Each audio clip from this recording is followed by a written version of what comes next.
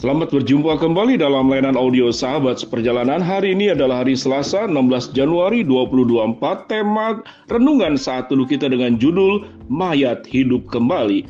Mayat hidup kembali. Firman Tuhan terambil dalam Kisah Rasul pasal yang ke-9, ayat yang ke-34 sampai dengan ayat yang ke-37. Kata Petrus kepadanya, "Eneas, Yesus Kristus menyembuhkan engkau, bangunlah dan bereskan tempat tidurmu." Seketika itu juga bangunlah orang itu. Semua penduduk Lida dan Saron melihat dia, lalu mereka berbalik kepada Tuhan. Di Yope ada seorang murid perempuan bernama Tabita, dalam bahasa Yunani disebut dengan Dorcas. Perempuan itu banyak sekali berbuat baik dan memberi sedekah. Tetapi pada waktu itu ia sakit lalu meninggal. Dan setelah dimandikan mayatnya dibaringkan di ruang atas. Mari kita berdoa.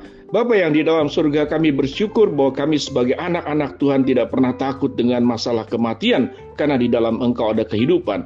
Dalam nama Tuhan Yesus kami berdoa. Amin.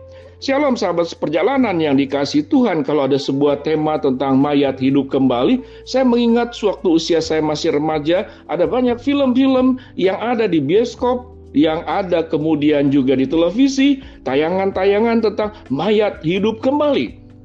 Kurang lebih berkisar seperti demikian.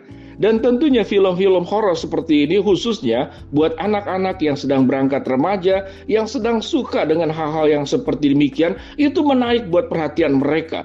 Bahkan dalam pergaulan di antara seusia mereka seringkali melakukan sebuah hubungan-hubungan, percakapan-percakapan dengan hal-hal yang bersifat dengan mistis.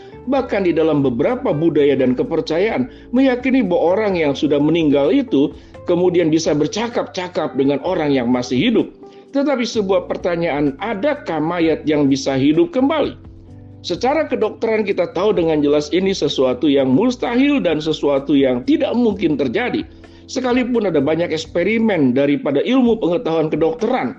Ada orang-orang tertentu setelah meninggal kemudian diawetkan, di tempat tertentu didinginkan dengan berbagai macam cara, dengan harapan suatu hari kelak nanti, tatkala ada ilmu pengetahuan kedokteran yang kemudian sudah sangat berkembang, bisa saja orang yang sudah meninggal kemudian dihidupkan kembali. Namun kenyataannya sampai saat sekarang tidak ada sebuah sumber kedokteran yang bisa menghidupkan orang yang sudah meninggal. Kalau ada catatan orang meninggal kemudian hidup kembali, sesungguhnya itu bukan meninggal tetapi disebut dengan mati suri. Mari kita kembali kepada kebenaran firman Allah. Di dalam bagian yang sudah kita baca tadi, dari Kisah Rasul pasal 9, ada dua peristiwa yang sangat luar biasa terjadi, yang rasanya tidak mungkin itu bisa dilakukan oleh manusia. Bagaimana Petrus sebagai Rasul Kristus, kemudian melakukan tindakan-tindakan mujizat dari kuasa Allah. Yang pertama, bertemu dengan Eneas. Eneas ini sudah lumpuh selama 8 tahun. Dan apa yang dikatakan oleh Petrus, di dalam kuasa Tuhan, Eneas, Yesus Kristus menyembuhkan engkau.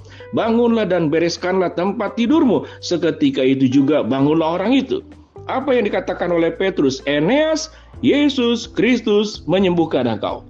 Jadi bukan Petrus yang menyembuhkan Eneas, tetapi Yesus Kristus menyembuhkan engkau. Ini pun sudah sangat luar biasa. Tetapi kemudian di dalam konteks yang sama di Yope ada seorang murid perempuan bernama Tabita, dalam bahasa Yunani disebut dengan Dorcas. Perempuan itu banyak sekali berbuat baik dan memberi sedekah. Tetapi pada waktu ia sakit lalu meninggal, dan setelah dimandikan mayatnya dibaringkan di ruang atas.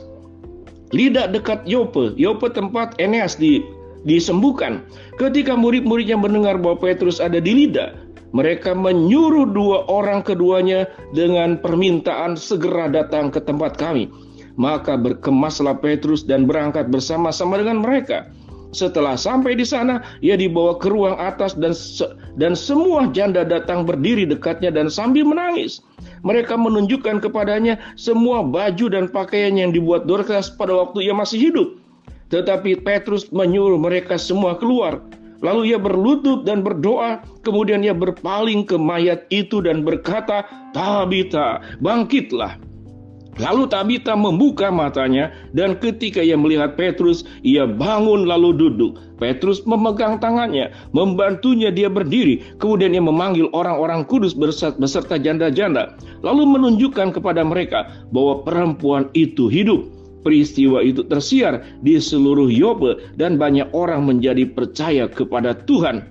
Kemudian daripada itu, Petrus tinggal beberapa hari di Yope di rumah seorang bernama Simon, seorang penyamak kulit. Sahabat seperjalanan, mayat hidup kembali. Ini bukan kisah cerita atau dongeng. Sama dengan dongeng orang bisa terbang, sama dengan dongeng orang bisa kemudian mengangkat mobil dengan satu jari. Itu adalah kisah-kisah fantasi yang diciptakan untuk sebuah cerita kepada anak-anak tentang kisah-kisah heroik dari tokoh-tokoh yang diciptakan oleh manusia di dalam sebuah cerita. Tetapi ini firman Allah, ini kisah nyata, mayat hidup kembali. Siapa itu? Yaitu Tabita atau Dorcas, murid Kristus yang saleh, yang sering memberikan sedekah, menolong orang-orang lain. Dan kemudian dia sakit keras dan kemudian meninggal, dibawa ke ruang atas. Petrus datang, sama dengan yang diucapkan kepada Eneas, Yesus Kristus telah menyembuhkan engkau. Dan Petrus pun dengan cara yang sama, Yesus Kristus akan membangkitkan engkau. Dan mayat yang sudah meninggal hidup kembali. Kisah yang sangat terkenal yang kita pahami adalah bagaimana Lazarus yang sudah berhari-hari meninggal kemudian dibangkitkan oleh Kristus. Tetapi Kristus mengatasnamakan kuasa dirinya sendiri. Sebab Yesus berkata, akulah kebangkitan dan hidup. Barang siapa yang percaya kepadaku, ia akan hidup walaupun ia sudah mati. Dan Petrus berkata, di dalam nama Yesus Kristus engkau disembuhkan. Di dalam nama Yesus Kristus engkau dibangkitkan. Sebuah peristiwa yang sangat luar biasa. Kalau itu terjadi, kalau Petrus masih hidup di zaman sekarang, lalu kita sebagai orang yang saksi mata yang pertama kali melihat, menyaksikan dengan sendiri apa yang terjadi pada diri kita, kita terkagum-kagum betapa luar biasanya Allah. Sebuah pertanyaan, mengapa mayat bisa hidup kembali? Bukankah kehidupan itu dari sesuatu yang tidak ada? Sesungguhnya kita juga identik dalam arti, kita juga sesungguhnya mayat dalam artian kita belum pernah ada kehidupan sebelumnya. Lalu Allah menciptakan kehidupan, terlahir manusia dari sekian miliar, dari manusia pertama, kita pun dari ketiadaan. Demikian juga Dorcas dan Tabita. Setelah meninggal, dia bukan siapa-siapa. Dia adalah ketiadaan daripada kehidupan. Tetapi waktu Petrus berkata, Yesus Kristus membangkitkan engkau, apa yang terjadi? Tabita atau Dorcas kemudian dia hidup kembali, membuka matanya, dan ketika melihat Petrus, ia bangun lalu duduk. Petrus memegang tangannya, membantu dia berdiri, kemudian memanggil orang-orang kudus beserta janda-janda, lalu menunjukkan kepada mereka bahwa perempuan itu hidup. Sahabat seperjalanan, mayat hidup kembali. Apa pelajaran rohani buat kita? Ada mayat-mayat dalam kehidupan kita sekalipun kita hidup, yaitu kematian. Kalau mayat bersifat dengan kematian, kita mati iman, kita mati semangat, kita mati mempercayai Allah, kita mungkin mati rasa. Ada orang yang membutuhkan pertolongan, kita tidak tergerak, maka kita masuk dalam kelompok-kelompok mati.